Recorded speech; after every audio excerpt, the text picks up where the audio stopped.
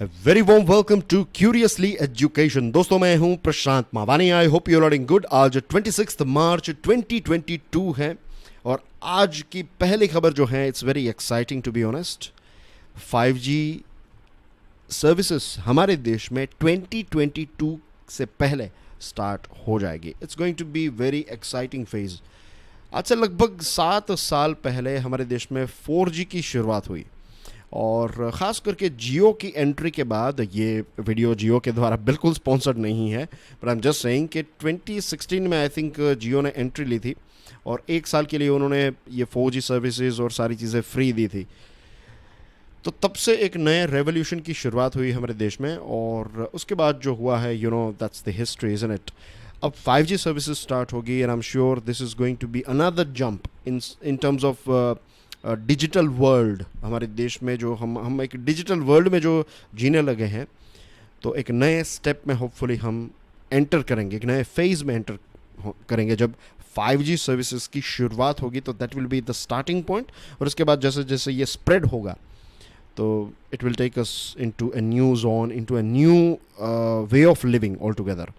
Spectrum auction जो है, उसके बारे में सरकार ने ये बताया है कि जल्दी इसके ऑक्शन की शुरुआत जो है वो स्टार्ट हो जाएगी। फिलहाल हमारे देश में 4 कंपनीज हैं जिनको सरकार ने स्पेक्ट्रम एलोकेट किए हैं, लेकिन ये ट्रायल बेसिस के लिए हैं, राइट। तो अभी ट्रायल्स चल रहे हैं इसके ऊपर और TRAI ने ये आंकड़ा रिलीज़ किया है। ये आपकी अंडरस्टैंडिंग के लिए है, एक फैक्ट है कि मार्च 2020 में हमारे देश में 1157.75 मिलियन लोग जो हैं वो मोबाइल यूज़र्स थे। ये आंकड़ा इंक्रीज़ हुआ एक साल में 1180.96 मिलियन लोग, यानी कि 1 बिलियन से भी ज़्यादा लोग जो हैं वो हमारे देश में मोबाइल फ़ोन का इस्तेमाल कर रहे हैं।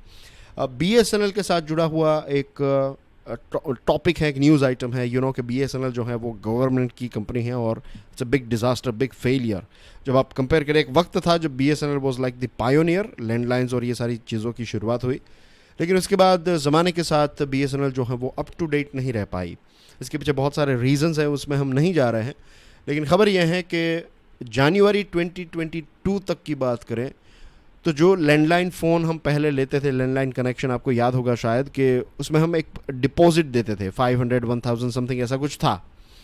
तो जब आप लैंडलाइन को डिस्कनेक्ट करते हैं तो ये डिपॉजिट आपको 60 डेज़ में, 2 महीने के अंदर ये पैसे जो हैं वो मिल जाने चाहिए। लेकिन ऐसे कुछ 13 लाख जितने पेंडिंग केसेस हैं जिनको अभी भी रिफंड वापस नहीं मिला है। ये BSNL की बात है। MTNL की बात करें तो 1.4 लाख जितने केसेस पेंडिंग हैं और सरकार का कहना यह है कि इसके पीछे 2 रीज़न्स है।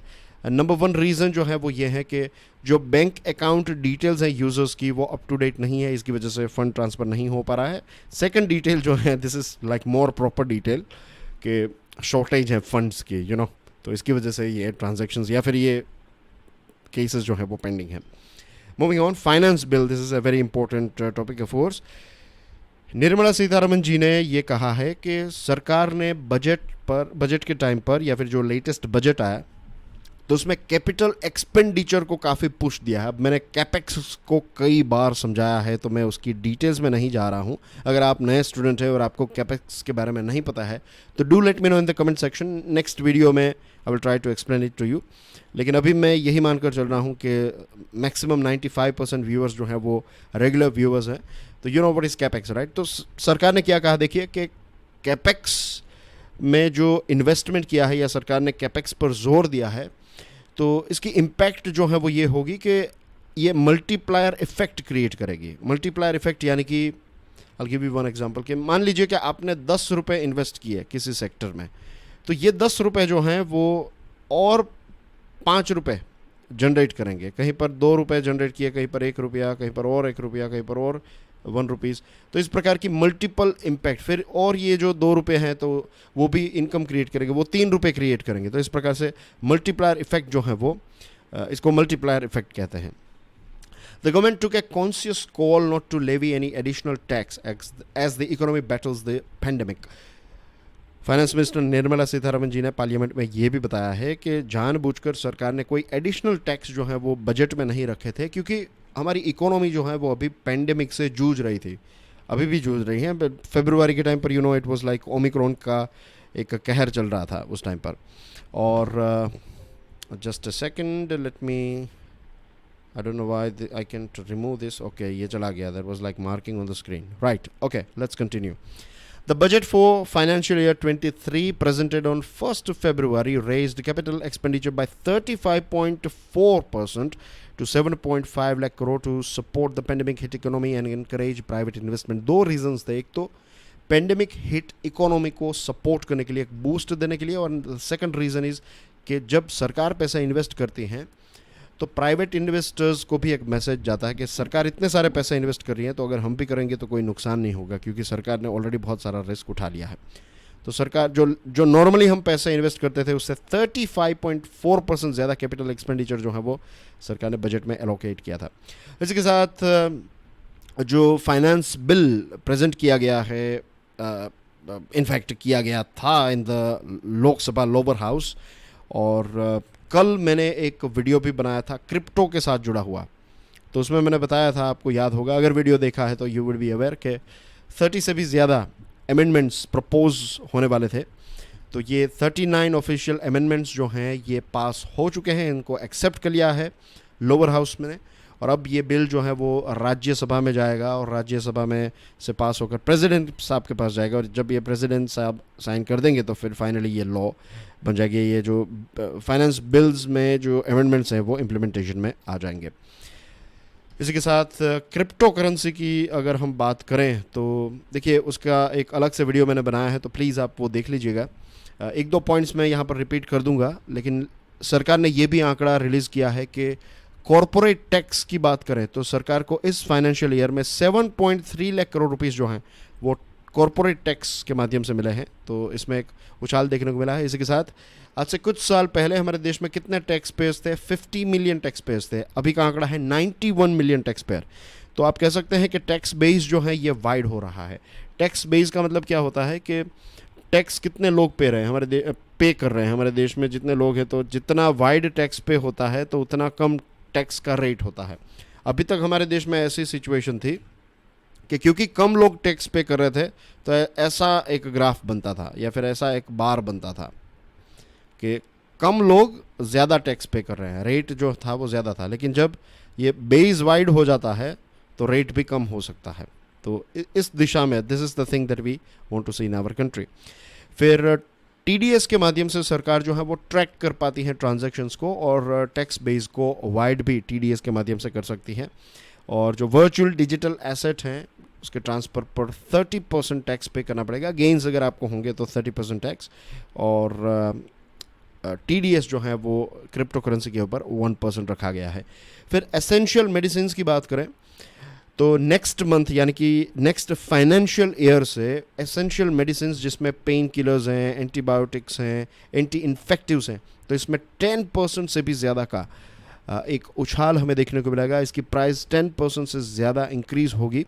और इसमें हमारे देश में जो है ना शेड्यूल्ड ड्रग्स हैं, शेड्यूल्ड ड्रग्स जो होते हैं तो उसके ऊपर सरकार ने एक प्राइस कंट्रोल रखा है. नेशनल फार्मास्यूटिकल प्राइसिंग अथॉरिटी जो हैं वो साल में एक ही बार अलाउ करती हैं कि आप ऐसे शेड्यूल्ड ड्रग्स की प्राइस इंक्रीज़ कर सकें. तो अभी तक की जो हिस्ट्री है उसमें सबसे बड़ा उछाल है. अब देखिए पिछले 5 सालों में अगर आप देखें तो 0.5 से लेकर 4.27% जितना उछाल देखने को मिला. This time it is in double digit.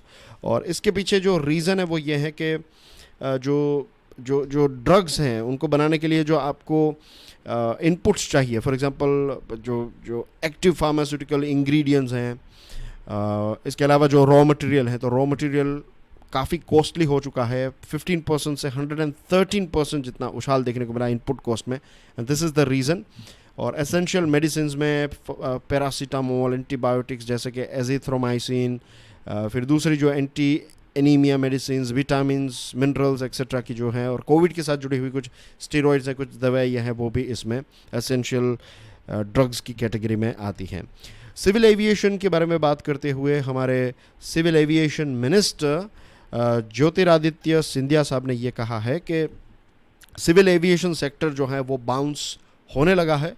और उन्होंने ये भी कहा कि हर साल हमारे देश में 110 से 120 नए एयरक्राफ्ट जो हैं वो हमारी एविएशन इंडस्ट्री में ऐड होंगे हर साल. राइट, यू कैन इमेजिन हर साल 110 to 120 new aircraft every year will be added. ये बात कर रहे थे विंग्स इंडिया 2022, एक सिविल एविएशन का शो था, तो इसको एड्रेस करते हुए एविएशन मिनिस्टर साहब ने ये बात बताई, और उन्होंने ये भी कहा कि कुछ हमारी एयरलाइंस जो हैं उनको वाइड बॉडीड एयरक्राफ्ट को भी अपनी फ्लीट में ऐड करना चाहिए ताकि कुछ ग्लोबल डेस्टिनेशंस को हम कनेक्ट कर सकें। और उन्होंने ये भी कहा कि 2013-14 में हमारे देश में सिर्फ 400 जितने एयरक्राफ्ट थे, आज हमारे देश में 710 एयरक्राफ्ट हैं। तो 10 सालों में आप देखिए लगभग डबल जितने हो चुके हैं, और पिछले 7 सालों में 310 जितने ऐड हुए हैं। और उन्होंने ये भी कहा कि ये एक ऐसा सेक्टर है कि अगर आप इसमें $1 ऐड करते हैं तो ये $1 जो है वो $3 बन जाता है। एविएशन इंडस्ट्री ऐसी इंडस्ट्री है कि इसमें अगर $1 ऐड किया तो ये कुछ समय के बाद $3 बन जाता है। तो you can say 1 billion add किया तो कुछ सालों के बाद ये आपका इन्वेस्टमेंट जो है वो ट्रिपल हो जाएगा। और एक जॉब यहाँ पर जनरेट होती है, तो एक डायरेक्ट जॉब जनरेट होती है, तो 6.1 इनडायरेक्ट जॉब्स जो हैं वो ये सेक्टर जनरेट करता है। तो ये इसका एक बहुत ही इंटरेस्टिंग फैक्ट है जो आपको याद रखना चाहिए। And that's everything in today's discussion. आपके लिए क्वेश्चन है, एबल प्राइज जो है वो किस क्षेत्र में दिया जाता है, किस क्षेत्र के लिए दिया जाता है, राइट? 4 ऑप्शंस हैं, medicine, chemistry, mathematics and physics.